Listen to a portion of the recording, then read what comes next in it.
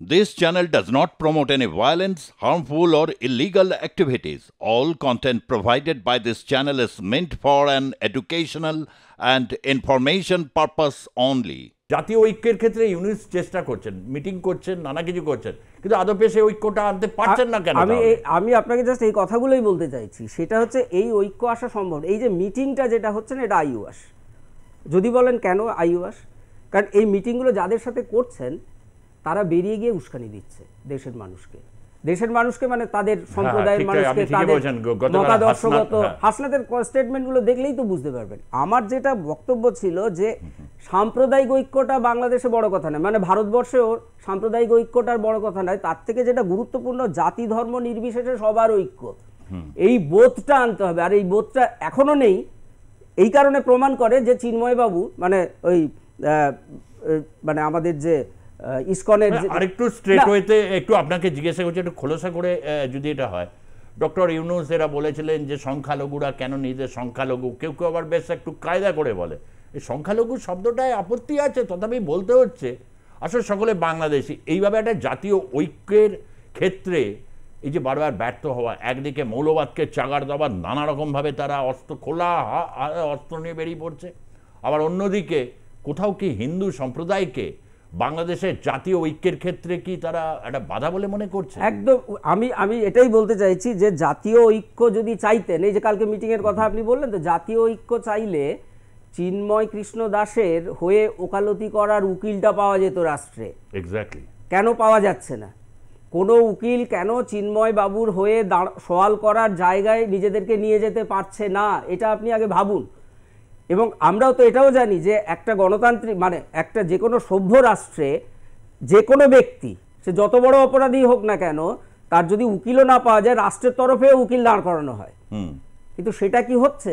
সেটা হচ্ছে না কেন? আপনাকে ওই জায়গা থেকে খুঁজতে হবে যে জাতীয় ঐক্যটা, আমি যে হিন্দু সম্প্রদায়ের সাথে একসাথে থাকার কথা বলছি, মুখে মিটিং করে বলছি, সেটা আমি অন্তরে বিশ্বাস করি কিনা। এরা বলছে যে ভারতের সাথে মানে চৌধুরীর সমান যাতে একটা সম্পর্ক হয়, মানে ভারত কি না দিয়েছে আর কি আমি তো বুঝতেই পারছি না।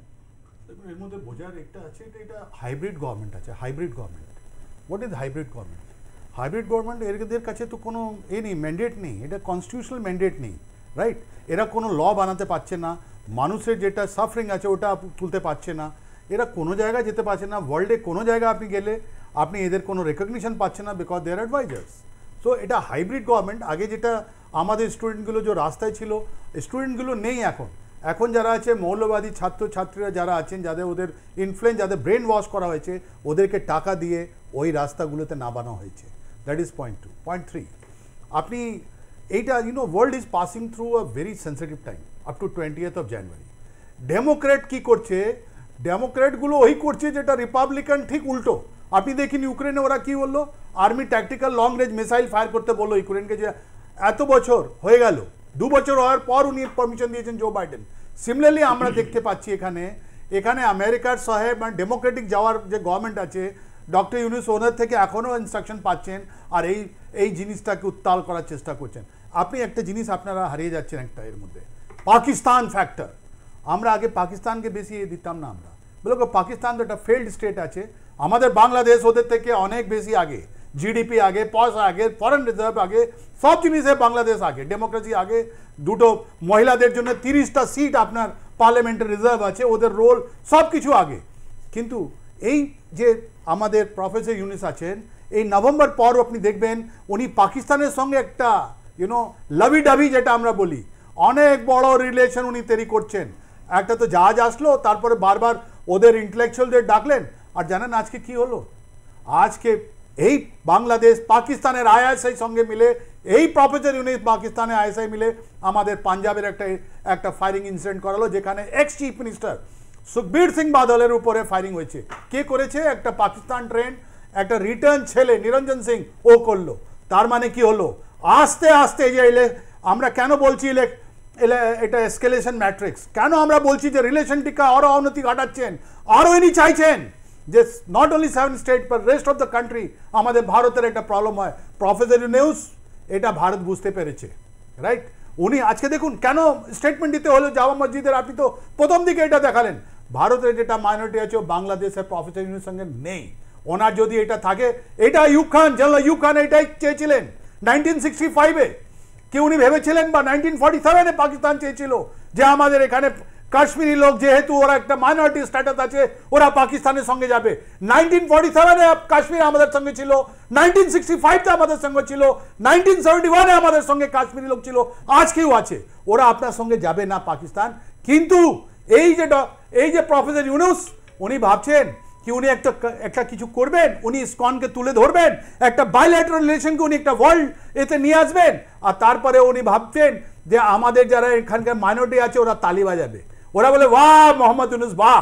উনি তো চেষ্টা করেছিলেন আমাদের কাছে জঙ্গি একটাও ঘটনা হলে প্রফেসর ইউনূস এটা ইন্ডিয়া আছে, আমরা বারবার বলছি ঢুকে মারবো, আমরা কাউকে ছাড়বো না।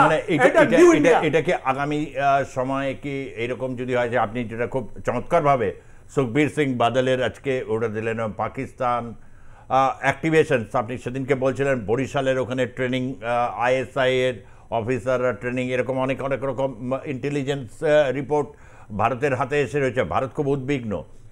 কোথাও কি সেখানে তারা ধৈর্য দেখাচ্ছে এখন এই মুহূর্তে ভারত, এবং হচ্ছে সঠিক সময়টার জন্যই ওয়েট করছে? ভারতও কেন, আমেরিকা, আপনি যদি CIA আপনি সাইটে যাবেন, ওয়ার্ল্ড টেররিস্ট অর্গানাইজেশনে বাংলাদেশের দুজন সংগঠনের নাম আছে, আল কায়দা সাউথ এশিয়া এন্ড জামাতুল মুজাহিদিন বাংলাদেশ। ওরা তো নিজে তুলে দেয়নি, ওরা ওদের কাছে ইন্টেলিজেন্স আছে। আপনি দেখুন না কি হলো UK পার্লামেন্টে, ওরা বলছে জঙ্গি হামলার সম্ভাবনা আছে। কোত্থেকে খবর পেল? From where the England got this news কে বাংলাদেশ থেকে ভারতের উপর একটা জঙ্গি হামলা চলবে। এই প্রফেসর ইউনূস, এই আমাদের সার্জিল ইসলাম, মাহফুজ ইসলাম আর নাহিদ ইসলাম, এরা আজকে যে ছেলেটা আপনি দেখছেন ওর চোখটা দেখুন, ওদের কাছে শুধুমাত্র একটাই আছে, এরা জামাতুল মুজাহিদিন বাংলাদেশের রিপ্রেজেন্টেটিভ।